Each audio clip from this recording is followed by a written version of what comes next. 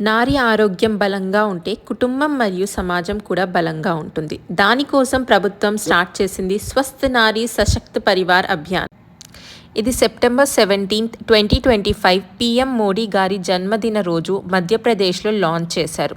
ఈ campaign 2 October Gandhi జయంతి వరకు ప్రత్యేక సేవా పఖవాడా లాగా నడుస్తుంది.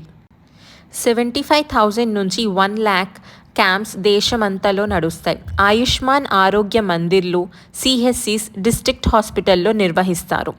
దీని మెయిన్ సర్వీసెస్ ఏంటంటే యాంటీనేటల్ చెకప్స్, గర్భవతి checkups, safe delivery awareness, immunisation, mother child protection cards, anaemia, BP, sugar, TB, sickle cell screening, breast మరియు cervical cancer early detection, mental health and adolescent counselling చేస్తారు.